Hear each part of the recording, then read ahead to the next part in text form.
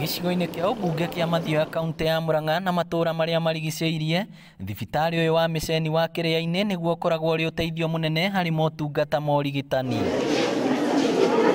Noguo thibitarĩ mũnene na ũrĩa ũheanaga motungata matonekagwo na thibitarĩ-inĩ cia mũingĩ no ũkoragwo rungu rwa kanitha wa Catholic Diocese ya Murang'a ĩrĩa ĩtongoragio nĩ mũthikabu Maria Wainaina. CS here we also want to change the entrance because it is very congested, as you can see, so that it can move a little bit along the road.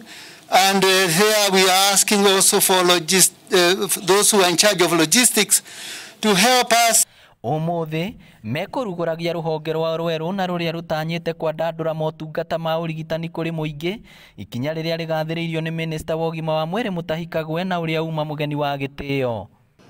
I believe that as we launch this facility, we are witnessing the beginning of a new era of service delivery to the local community, both in the immediate future and years to come. Waziri, my request will be, even as we extend the services, najua sasa maneno ya corona imekuja katika counties, we also consider the mission hospitals, ambazo wakati mwingine wanajitolea, wakati mwingine wanasaidia communities, na wanakuwa pia their resources are also zinakuwa pia wako na high demand. So zile PPE hizi tunapeana na kila kitu tukipata kidogo, pia tunasaidia mission hospital. But I want to confirm that NHIF has really been on help to our community.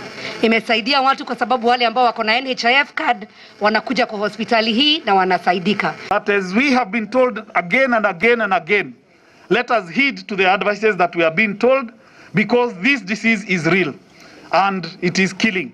So let us be cautious, and we pray that we can be able to save lives. Marĩ hamwe na atongoria angĩ maugĩte thibitarĩ cia Mĩceni na cia andũ kĩũmbe cikoretwo mũhari-inĩ wa mbere harĩ kũheana motungata, harĩa morĩtie thirikari nene na thirikari cia matũra kũnyitanĩra na thibitarĩ ici kũgacĩrithia motungata. We start with one medical officer and 2 nurses that will be paid by the county government, and because they are supporting Murang'a people, when you treat them, you are still treating our people. So we have no problem with that.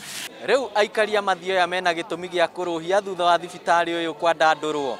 Ngĩribotera Inooro TV kuma thibitarĩ-inĩ wa Mĩceni Mathioya kaunti ya Murang'a, rĩtwa rĩakwa nĩ Victor Kĩnũthia.